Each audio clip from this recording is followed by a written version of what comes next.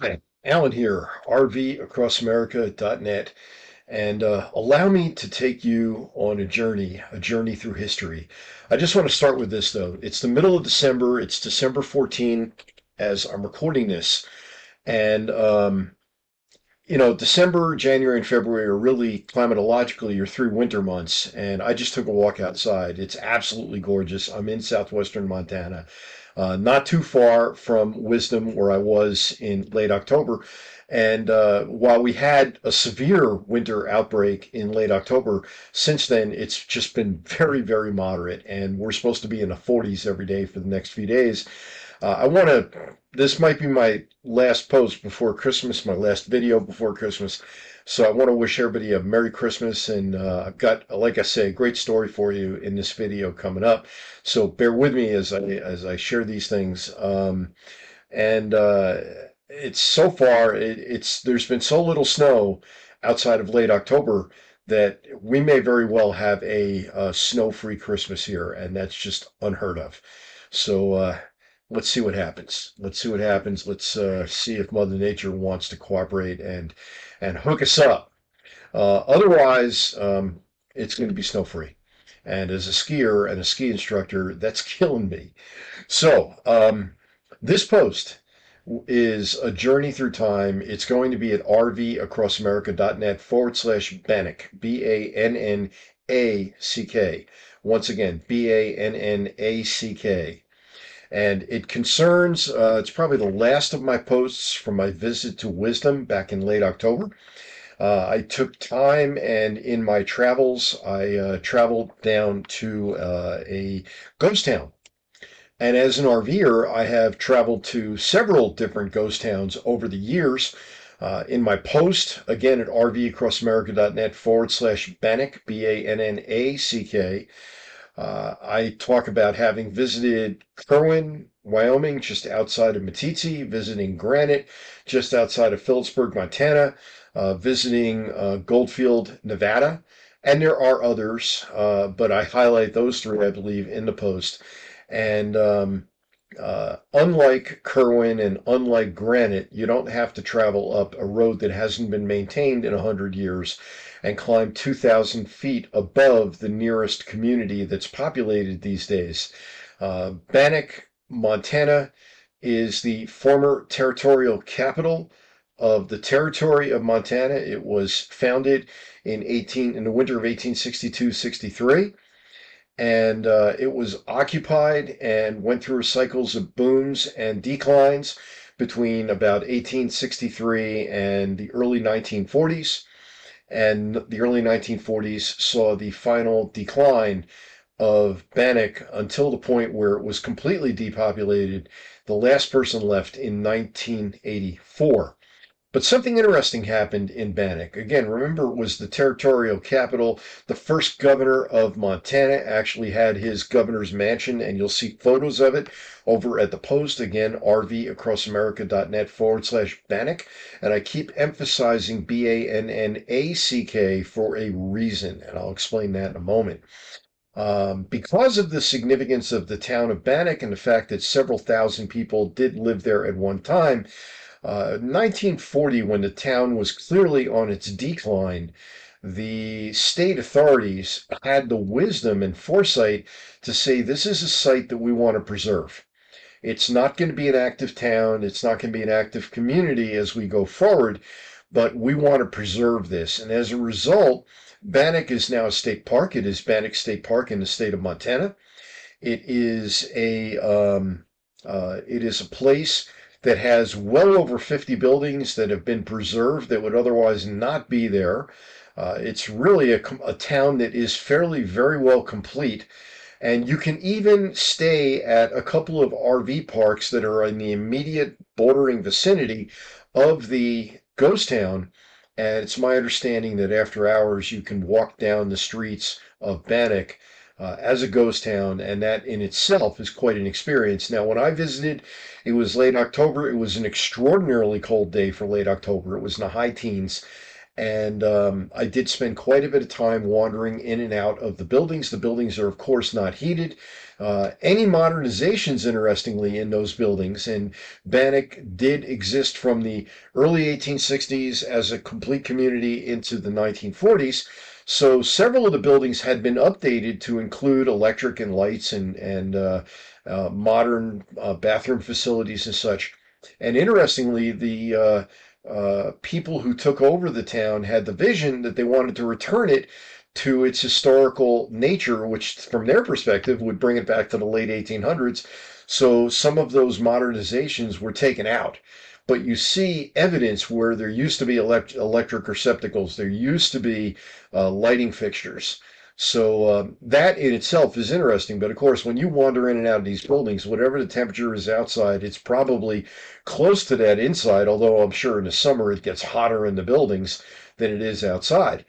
The buildings were mostly all open, and it was a great experience to go in and out and see the church and see the one-room schoolhouse, see the brick building hotel that looks like something out of The Shining. It was quite an experience. And again, my understanding is if you stay at one of the adjacent RV parks, you can walk through the town. Whether or not you can go into buildings after hours, I'm not sure. The park ranger is on site, and he was very accommodating. He let me into a building that was otherwise not open. It was not ready for the public to be able to go through it, but he allowed me to see it. And I did take quite a few photos. There are a lot of interesting photos, and I've written it in a story fashion. So hopefully it's interesting to you. Consider it my Christmas gift to you. It took quite a bit of time to put this together, and I'd love to get your feedback on it. I'd love for you at the bottom of this video, after you've gone to the post, or at the bottom of the post, there's a comment section. I'd love to hear from you, and I do read every comment and every post, and I do reply to every comment and every post. So that's again at rvacrossamerica.net/Bannack, Bannack. Why do I keep emphasizing the spelling of the town? Well, the town was originally named Bannock, Bannock, and leave it to the post office when they first registered the town with the post office and got a post office in the town, which, by the way, was there until 1938. That was one of the first things to leave as the town was on its decline. Um, the post office mistranscribed an O for an A, so Bannock became Bannack. Well, so now it's Bannack, and that name stuck. And that's not the only place I've seen that. There's a place called Fort Caspar in Casper, Wyoming, and the fort is Caspar, whereas Casper is Casper, and there's a whole story behind the misspelling of that. So Bannock is Bannack, and I guess the only reason that it's significant is that the original Bannock was named after the Bannock Indians. As a tribute to those Bannock Indians, I think they were peaceful and they got along well with the residents. That's my understanding, at least. And when they had to rename the town with an A, I guess that was just not what they wanted to do. But it's what the post office did, so that's what happened. Leave it to the American government. What can I tell you? So, and I do credit the politicians. I credit politicians for very little these days from either side of the aisle, but I credit the politicians for having the foresight, beginning as early as 1940, to preserve the town of Bannock. And they did that by buying up the town, the last building in the town owned by a former park ranger of the town. He retired in 1984, sold the building to the state, and the state now owns the entire property. It is a state park, and it is well preserved and well cared for, and as a result is one of the best preserved ghost towns of any place that you're going to visit. In my post, you're going to see the photo of a home that was used for quarantine. People who had smallpox, people who had diphtheria. When the 1918 flu blew through Bannock, that's where they were quarantined. And you'll also see the first governor's mansion of the territory of Montana. In 1863, he set up his mansion while Montana was still a territory, even though the capital was over in Lewiston, Idaho. He set his quote unquote mansion up, and you'll see the photos in the town of Bannack. He wanted to be in a very rural area, and that's where he set up shop, including his office. This is a town that never saw the railroad travel through it. The nearest railroad, I think, was in Dillon. And today, the nearest towns to Bannack are Dillon and Anaconda and Butte. And if those towns don't mean anything to you, perhaps Missoula and Helena and Salmon, Idaho. Those would be the next nearest towns. They're on the order of 100 plus miles away from Bannack. And Wisdom is not all that far from Bannack, which is what brought me there. I was staying in Wisdom, and Wisdom is, like I told you in a previous post, and you'll see a link to Wisdom on my post, a town of 75 or so people. It's got a few retail businesses, commercial businesses. It's got an RV park. And it's a great place to stay in order to visit places like Bannack, places like Jackson Hot Springs, and some other places.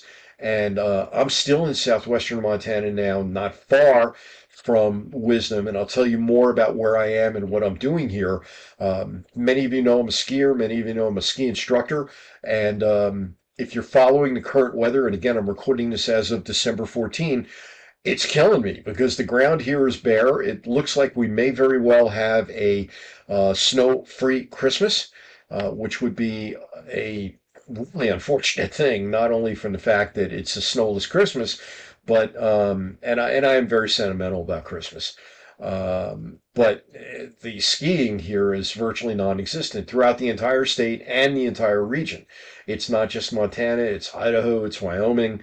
There's a few pockets that have done well, at least with a couple of storms, like the Wasatch. But what I learned last winter is the Wasatch just get inundated by literally tens of thousands of people descending upon Little Cottonwood and Big Cottonwood canyons, which is where Brighton and Solitude and Alta and Snowbird are.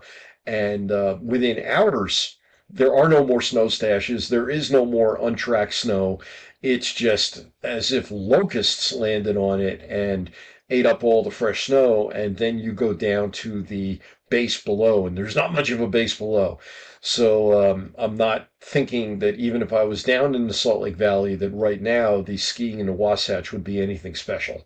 In fact, it might be more worth avoiding than even skiing the beginner hill at the local area here. So, and again, I'll tell you more about that as we go forward. This, again, is probably my last post before Christmas, so you all have a great Christmas. There's more that I have coming up in the post-Christmas sessions that I'll put together for this, the post-Christmas videos and posts.